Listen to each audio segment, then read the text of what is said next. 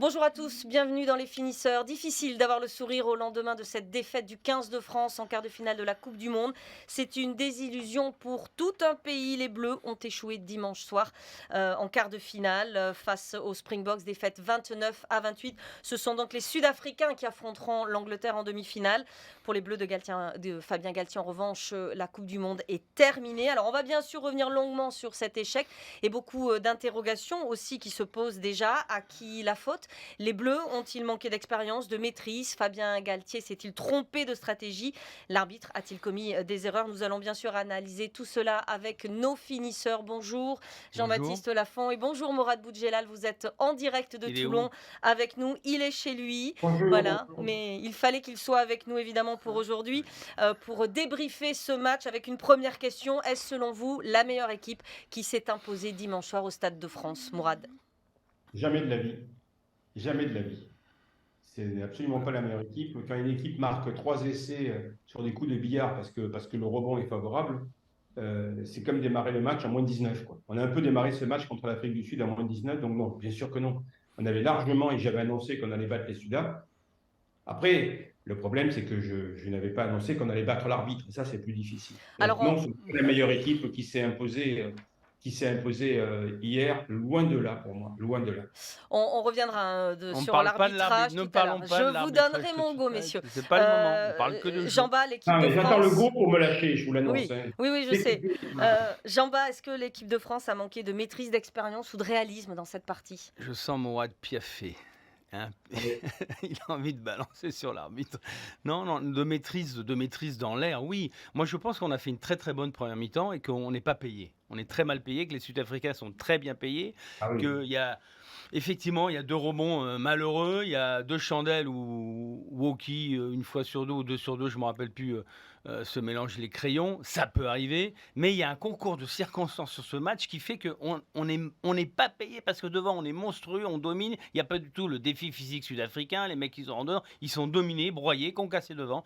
Mais on marque, mais pas assez. Et eux, par contre, ils sont hyper opportunistes, quoi. C'est comme les buteurs dans la surface, toi. Gerd Müller, avec l'équipe d'Allemagne, il avait un ballon, crac, il marquait. Ben, à chaque fois Et puis j'en avais parlé. Les petits ailiers, les petites mobilettes à l'aile, elles se sont réveillées parce qu'on n'avait pas entendu parler de Colby et d'Arense. Et, Bon, on en a bien entendu parler. ils ont été monstrueux. Donc on est mal payé en première mi-temps. Et puis en deuxième mi-temps, est-ce que le moment d'en parler en deuxième mi-temps, on subit le banc sud-africain, la puissance, on est cuit, on n'a pas deux équipes. On n'a pas deux équipes, on n'a pas deux équipes titulaires, on a une équipe et demie. Effectivement, les remplaçants n'ont pas été à la hauteur de Antonio, de Baye, qui a été monstrueux. Monstrueux, deux essais. Tu rames. Mourad, Ils nous ont Mourad, fait vous parliez à beaucoup l'instant, d'intimidation. vous Beaucoup dites, d'intimidation, les Sudaf, parce qu'ils parlaient d'un combat physique devant. Ils ont parlé que de ça pendant la semaine, en disant ça va taper dur et tout. Pas C'est beaucoup. pas du tout ce qu'ils avaient prévu, quoi. Mourad, vous C'était avez dit à l'instant, c'est pas la meilleure équipe qui s'est imposée, loin de là. On a quand même commis beaucoup de fautes de main. Il y a eu beaucoup d'erreurs de la part des Français. La pénalité de Jalibert qui a dévissé, les Bleus ont reculé. L'erreur de renvoi comme le renvoi au 22 de Ramos. On a fait des erreurs quand même sur cette partie. Est-ce qu'on n'a pas perdu ce match sur ces petites erreurs-là? Alors moi, je vais vous dire ce que je pense. Tant pis si ça me fait, si ça me fait un ennemi. Moi, j'ai une sensation que j'ai connue en 2019, je crois, avec un entraîneur qui s'appelait Fabien Galtier, où j'ai perdu un quart de finale de Coupe d'Europe, un quart de finale de Top 14, et comme par hasard, ce jour-là, mes joueurs ont fait leur plus mauvais match de la saison, ils ont tout loupé. Ceux qui réussissaient tout, ils rataient tout. Je me demande si, sur cette équipe de France, il n'y a pas eu un syndrome du quart de finale pour Fabien Galtier, qui a du mal à passer ce cap. Et j'ai vécu exactement la même horreur, à savoir, je me souviens d'un quart de finale de Top 14 où Chris Ashton, qui avait mis 50 essais dans la saison, on ne faisait que des en avant sur chaque passe. Je me demande si dans la préparation psychologique, il n'y a pas quelque chose qui a été raté sur ce match. Parce Enfin, qu'il bon, y avait une fébrilité dans le camp français qu'on n'est pas habitué à voir, alors que, sincèrement, uniquement en déployant notre jeu, avec respect pour les Sud-Africains, on sentait qu'on était au-dessus dans le volume, on l'a vu. C'est-à-dire que chaque fois qu'ils marquaient un essai sur un coup de dé, on reconstruisait derrière et on allait à dame. Sur le combat physique, on était là, le premier ballon porté est exceptionnel. Personne ne s'attendait à ça. Si, on s'attendait du côté sud-africain. On leur a fait 30 mètres de ouais. moonwalk au Sud-Af sur le ballon porté. Voilà, donc je me demande si Oui. sincèrement, il n'y a pas un problème dans la préparation physique des quarts de finale. C'est pas possible que chaque fois que Fabien Galtier joue un quart de finale, son équipe fait son plus mauvais match de la saison. Est-ce qu'il a commis des erreurs, Jean-Baptiste, Fabien Galtier? Non, mais Mourad, il aime pas trop Fabien Galtier. J'ai l'impression qu'il a Non, il a un non, problème non, avec mais lui, il a- de toute façon. Moi, Non, Il est je suis déçu juste ce matin, factuel, non, Jean-Baptiste. non, Je mais suis factuel. moi, franchement, alors effectivement, il peut dire effectivement le contraire, à savoir que j'ai joué avec Fabien et que je l'aime bien. Mais sur ce match, tu peux pas en vouloir à Fabien Galtier. Enfin, c'est les joueurs qui jouent. Après, il y a un arbitre, on en parlera. Oui, mais mais il met en place la stratégie. mais non, Est-ce mais que- la est-ce que stratégie. Sa stratégie était moins bonne que Mourad celle des vient de Sudaf? dire il y a 3 minutes que jamais on doit perdre ce match. Jamais on doit perdre ce match. Mais sur le contenu du match, sur ce qu'on a vu. Donc la préparation, elle est faite. Et Non, mais non, Jean-Baptiste, c'est la fébrilité que nous avons. il y a une fébrilité, effectivement, sur deux chandelles. Effectivement, bien La tapé. fébrilité, c'est la pression. Oui, mais après, il y a un concours de circonstances. Après, on dit toujours le hasard ne frappe jamais par hasard. Mais sur ce match, franchement, moi, là, je suis d'accord avec moi. C'est pas la meilleure équipe qui a gagné, mais c'est l'équipe la plus opportuniste, la plus efficace. Pollard qui rentre quand même. Pollard, avec son coup de pompe à 50 mètres, il fait très, très, très mal ce coup de pompe à 50 La mètres. gestion des remplaçants La- aussi a la été très bonne. gestion Est-ce des qu'Erasmus le banc- a été Le meilleur banc, que il y a Galtier sur l'homme ça? ennemi, la Slimane, le monstre qui rentre, qui prend tous Non, les ballons en touche. On Celui qui a subit. été monstrueux, Et c'est tu Koulibaly. Et tu sens que petit à petit, les parois de ma vie sont lisses et je m'y accroche et je glisse. Tu sens que petit à petit, le truc est en train de nous échapper. C'est dramatique ce qui se passe à la fin parce qu'on se débat, on y croit. Il y a des longues séquences et puis il y a ce ballon perdu à la fin, mais tu sens que le match il est perdu à 20 minutes de la fin. Tu sens qu'on se débat, mais qu'on n'a plus l'essence dans le moteur et qu'il n'y a pas les joueurs. Enfin, je sais pas ce que tu en penses, moi. Il n'y a pas les joueurs. Et puis voilà, ils ont limité la casse en fait en première mi-temps en marquant des essais incroyables de chance, de malchance, tout ce que tu veux. Effectivement, il y a une fébrilité, et après, ils ont enfoncé le clou. Et c'est vrai que la stratégie d'Erasmus, à ce niveau-là, elle est très très forte de faire entrer le chien de berger, de Clerc et Pollard, qui transforme cette pénalité qui est importante à mon avis.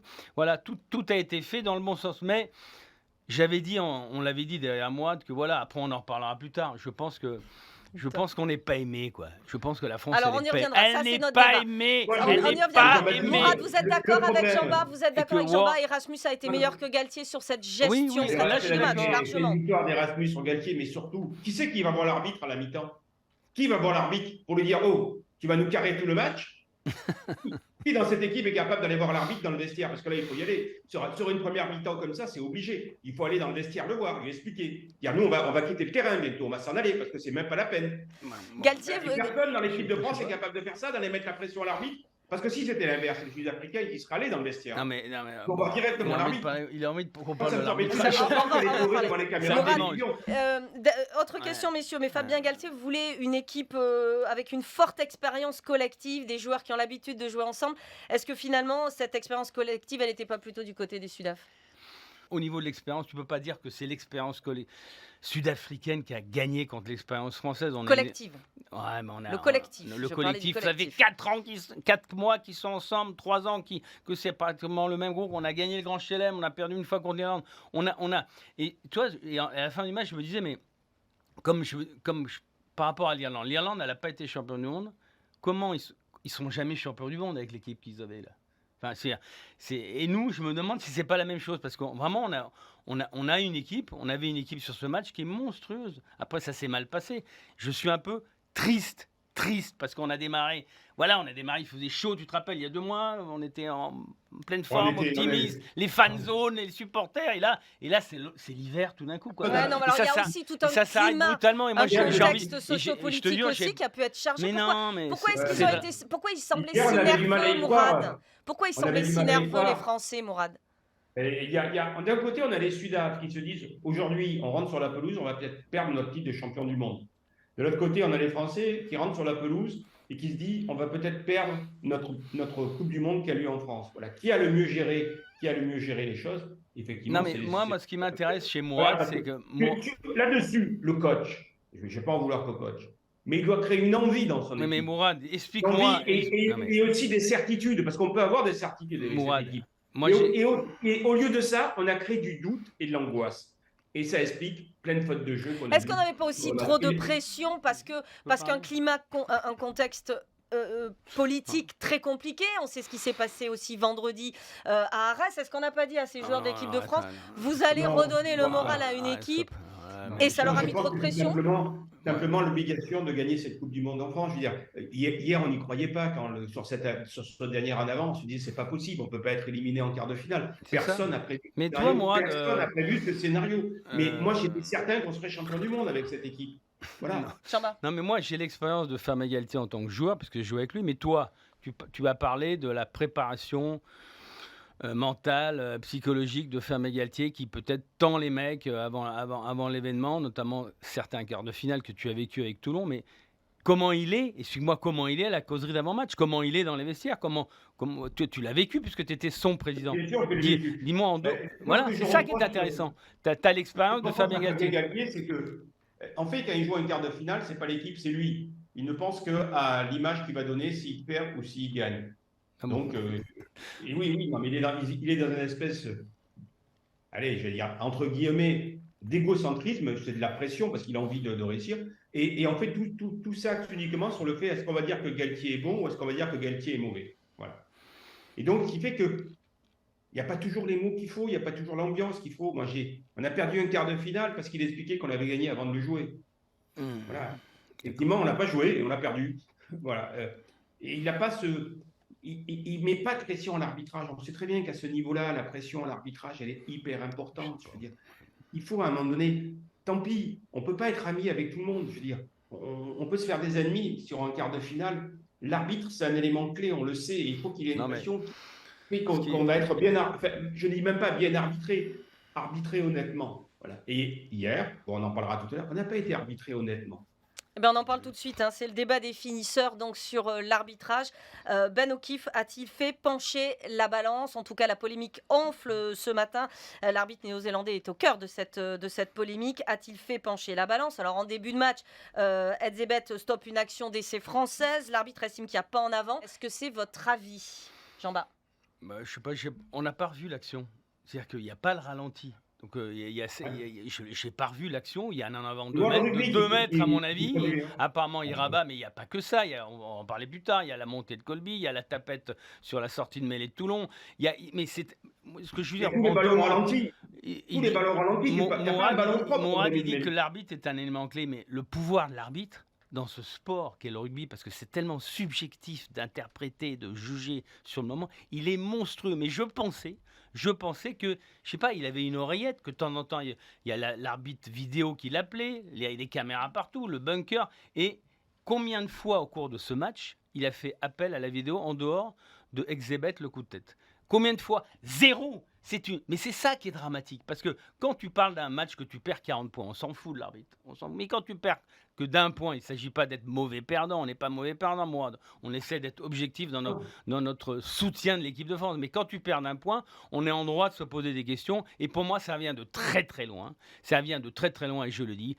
L'Afrique du Sud a perdu l'organisation de la Coupe du Monde il y a 7 ans. Et je vais te dire, depuis ce temps-là, ils mâchent leur revanche. Et je pense réellement qu'il y a un lobbying britannique, parce qu'ils vont se retrouver entre eux, entre co-sanguins, les Britanniques. C'est le rugby, ils mangent anglais, ils boivent anglais, ils vivent anglais, ils parlent anglais. Et encore une fois, on prend une carotte, parce qu'on a pris une carotte en 95.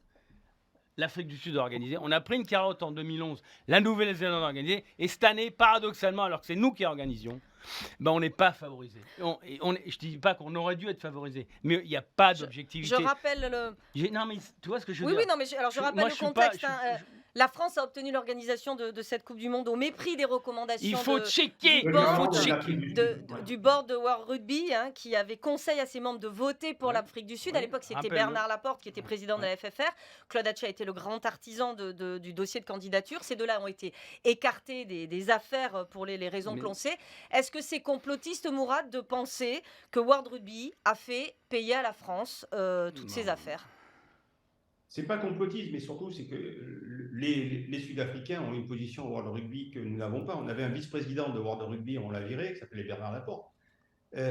Et donc, effectivement, il y a des lobbies qui se jouent. Et les Sud-Africains, ils sont bien arbitrés. Voilà, ils sont bien arbitrés parce que tu vas voir l'arbitre Mais non, avant. mais Mourad, Ce qui se passe, on envoie souvent des vidéos mais aux arbitres. Mourad, comme les Anglais, t'es bien arbitré dans le Et match qu'est-ce qu'ils contre font, les les Fidji. Sud-Africains? Il y a un Ils carton sont- jaune à la 80e minute. Le mec, il tape la balle, Farrell, il y a carton jaune. Effectivement, il reste 2 secondes à jouer, mais tu joues à 14 contre 15. C'est pas pareil. Cette action, elle est quand même symptomatique. Je sais pas ce que tu en penses. C'est tout. Oui, mais moi je t'explique comment font les Sud-Africains. Ils envoient des vidéos à l'arbitre en expliquant toutes les fautes que l'équipe adverse commet. Voilà ce qu'ils font. Et voilà comment on va y répondre.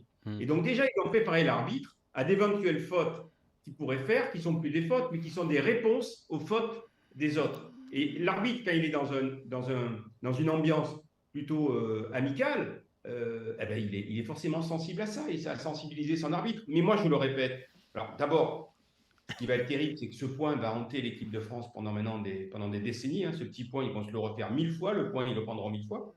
Mais d'abord, on est en quart de finale de la Coupe du Monde. Je veux dire, tu fais ça en match de championnat, tu demandes la vidéo. L'arbitre, comment, serait-ce que sur la montée, que sur la montée de Colby, sur la transformation de Ramos, comment il fait pour pas demander la vidéo? C'est juste Non, mais impensable. Usain Bolt. Même comment il n'est pas appelé par la vidéo.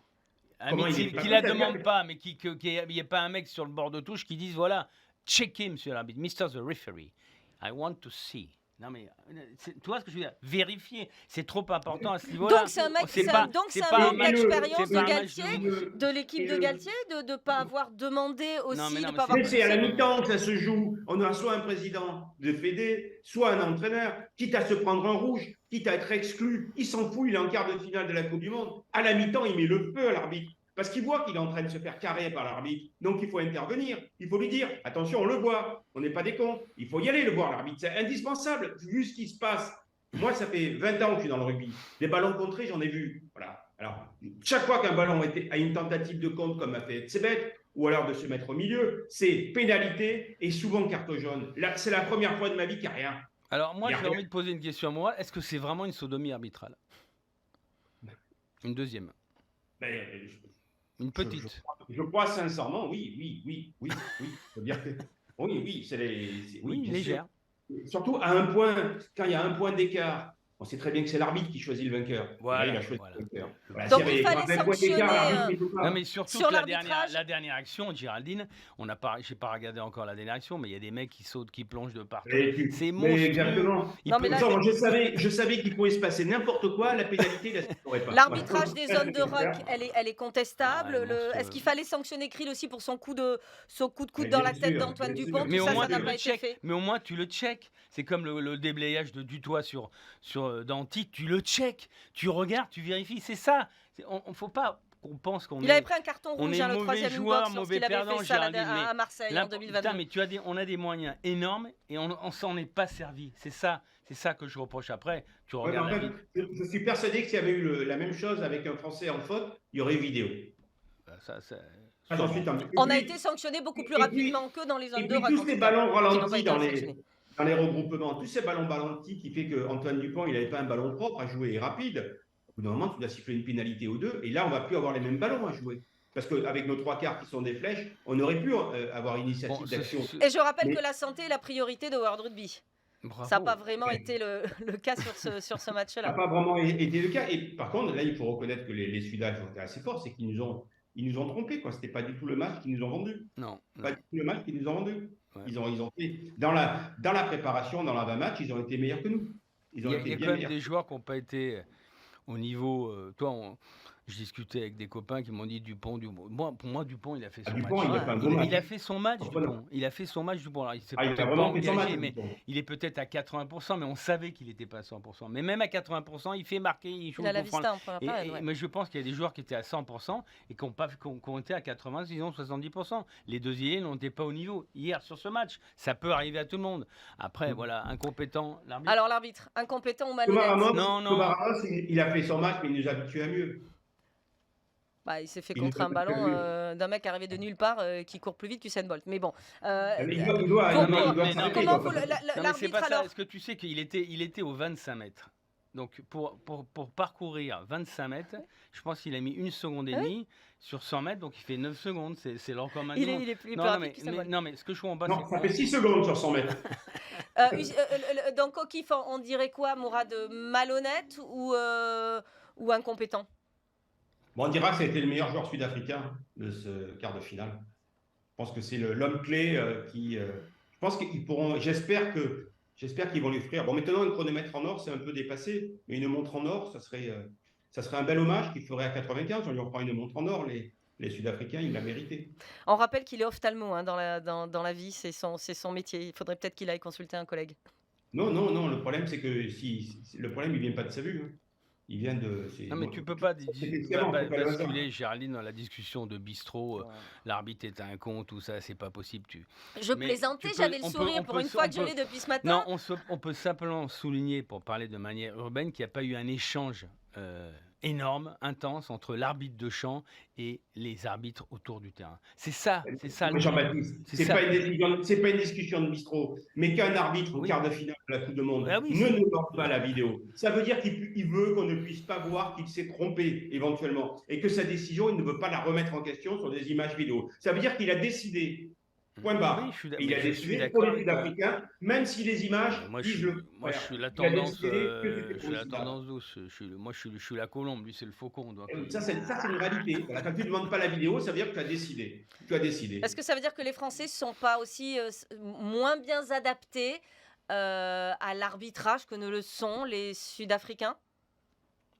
Ils ont mieux préparé, oui, tout à fait. Ils étaient mieux préparés, les Sud-Africains. Après, nous, on a une équipe qui est jeune, je veux dire. Et souvent, les grandes victoires, elles naissent d'une grande défaite qui émotionnellement est très dure à vivre. La grande défaite, émotionnellement, très dure à vivre. On l'a, ça y est, c'est fait. Donc, ça peut. Mais moi, je pense. Mais tu vois, j'ai toujours pensé que rien n'existait à la défaite. Et que, bon, il y a sûrement certaines personnes du côté du camp de gris qui vont se réjouir de cette défaite, parce que la nature humaine, elle est faite comme ça. Et elle est faite comme ça, moi. Arnaud. Et je dis que c'est le premier coup de canif dans le contrat. Effectivement, il a souligné, Fabien Galtier, qu'il avait un contrat jusqu'en 2028. C'est bon. Moi, j'aime bien Fabien. Je te dis, Fabien, il ne faut pas perdre 3 fois de suite. Bon. Parce qu'il y a des mecs. Noves a été viré pour moins que ça, pour un match nul contre le Japon, c'est mon avis. Alors, mon avis. Attention. Je profite de vous m'avez lancé la perche pour passer au 30-30 chrono, messieurs. Vous l'avez annoncé et Fabien Galtier l'a redit en conférence de presse. Il est sous contrat avec la FFR jusqu'en juin 2028. Il y a une question quand même qui se pose après cet échec. Est-ce qu'il peut rester à la tête de l'équipe de France? En clair, Fabien Galtier doit-il démissionner? Vous avez 30 secondes, messieurs, pour répondre à cette question. On commence avec vous, Mourad.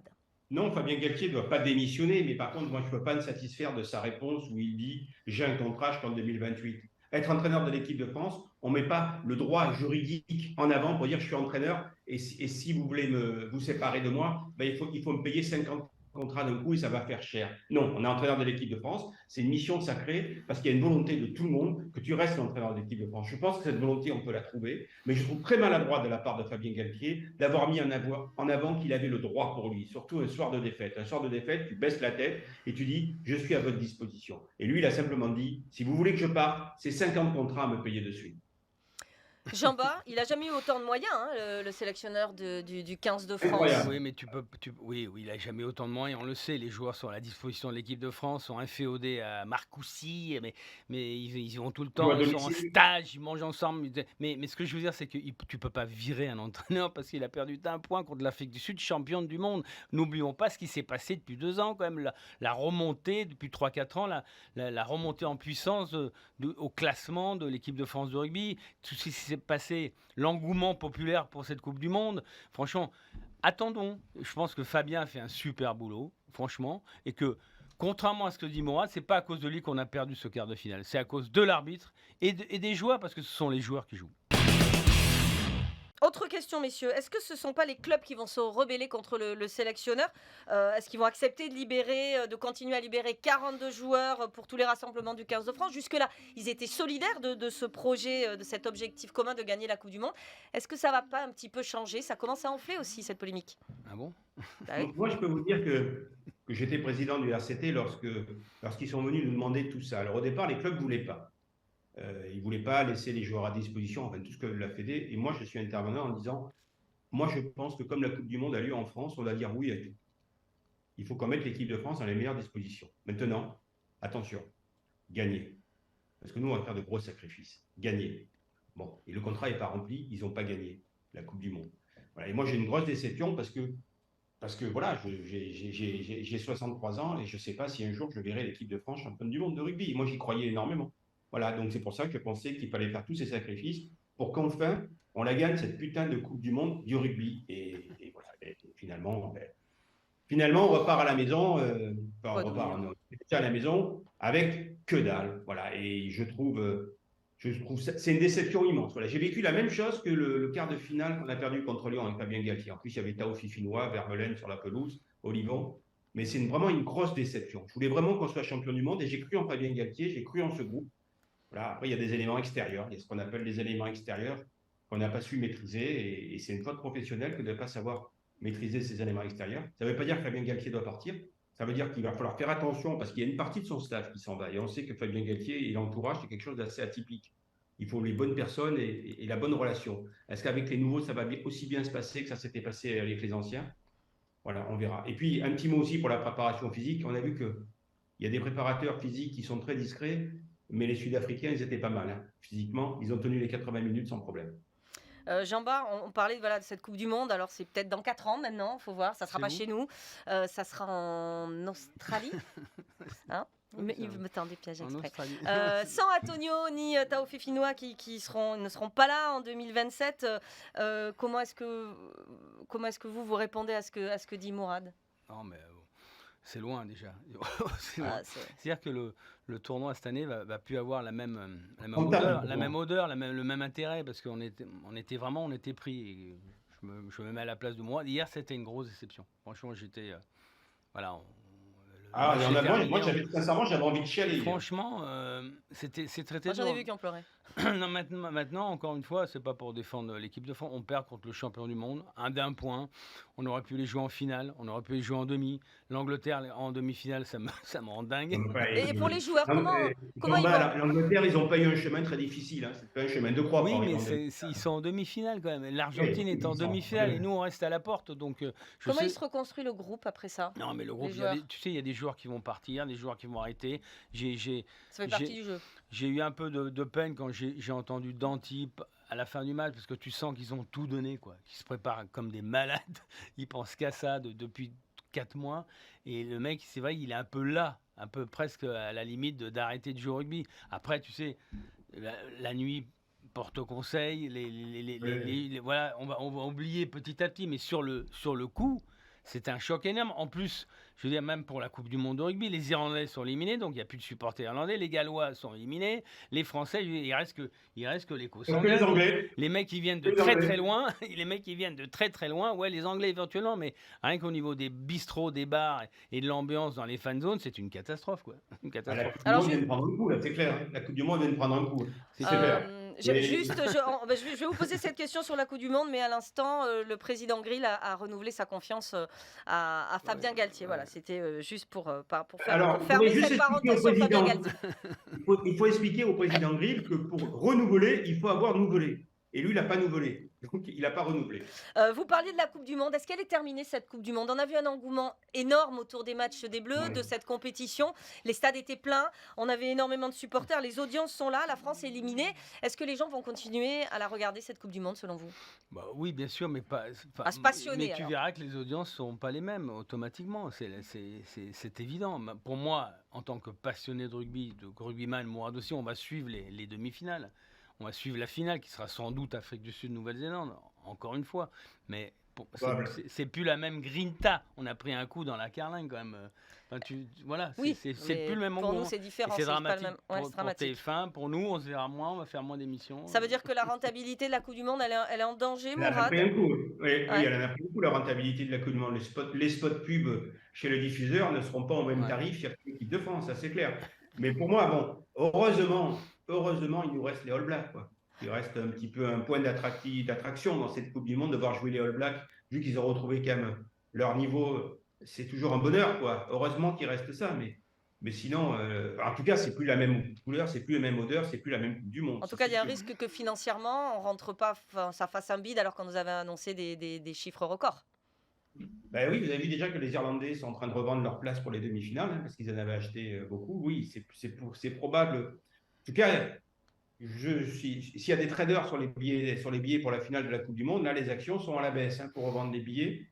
Voilà. Non, moi, j'avais envie de dire que maintenant, je m'en fous de la Coupe du Monde. Non, mais je ne regarderai plus pareil. Voilà, Ouais. je regarderai plus C'est pareil, c'est un c'est coup sûr. dur aussi pour la Fédération française de rugby qui espérait, grâce à cette Coupe du Ben Monde, oui. développer ses licences aussi. Ouais, mais L'objectif Il sera faudrait pas nous atteint apporter là. non, mais, beaucoup. non, mais Géraldine, c'est quand même un coup de projecteur. Depuis deux mois, on parle que de rugby en France. Nous, je te rappelle que les Jeux Olympiques vont durer 15 jours. La Coupe du Monde, elle dure 3 mois, donc c'est un coup de Oui, projecteur mais bon, les énorme. Jeux Olympiques, vous avez, Après, vous avez 15 épreuves par jour. non, puis on c'est a eu pas- un match quand même fabuleux. On en a pas parlé. Irlande-Nouvelle-Zélande, qui a été monstrueux ce match quand même. Oui. Alors là, c'était Le meilleur niveau, Federer-Nadal, ça ne que s'arrêtait encore. jamais. C'était du rugby à 7, t'avais même pas le temps d'aller faire pipi. C'était monstre. J'ai rarement vu un match comme ça. Et c'est vrai que les Blacks, pour moi, sont passés du noir qu'on a vu à Twickenham il y a un mois et demi quand ils prennent 30 points contre les Africains du Sud, à une équipe en totale résurrection, quoi.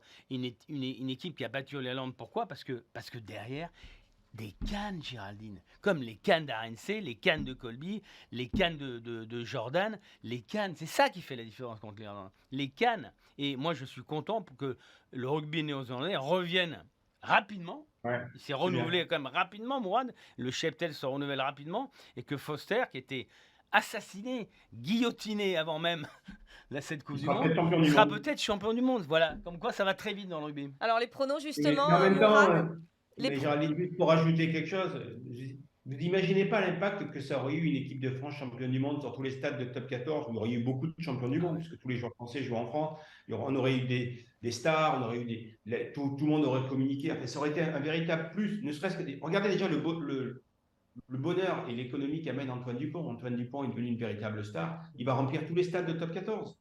Là où il y aura Antoine Dupont, le stade sera plein, il sera à guichet fermé. Et si l'équipe de France avait été champion du monde, là où il y aurait des champions du monde, les stades seraient pleins parce que c'était une façon de s'accaparer un souvenir important qui était cette victoire en Coupe du Monde. Bon, là, tout ça, c'est perdu et je pense qu'on a perdu gros. C'est pas perdu pour le rugby en général parce que ça, c'est effectivement, il y a une grosse com sur le rugby, mais une grosse com accompagnée d'une grosse désillusion, je ne sais pas si c'est très efficace. Voilà. un dernier mot, messieurs, sur vos pronostics. Ce sera donc Angleterre, Afrique du Sud, Argentine, Nouvelle-Zélande.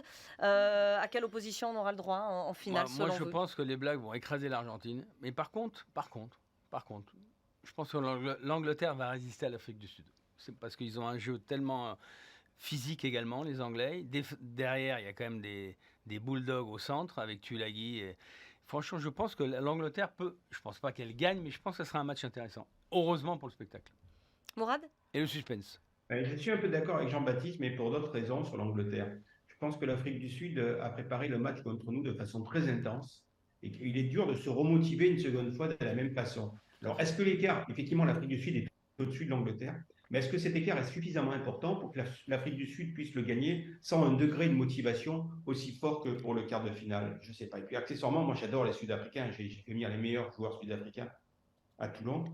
Mais depuis hier, bon, alors c'est peut-être con ce que je veux dire, mais bon, je vais être pour l'Angleterre dans cette demi-finale. Et c'est dur d'être pour l'Angleterre, mais j'ai envie de les voir se faire taper, les Sudaf. Donc, vous ne voyez pas les Sudaf candidats à leur Mais propre je pense qu'ils succession? ils vont gagner, mais j'ai envie.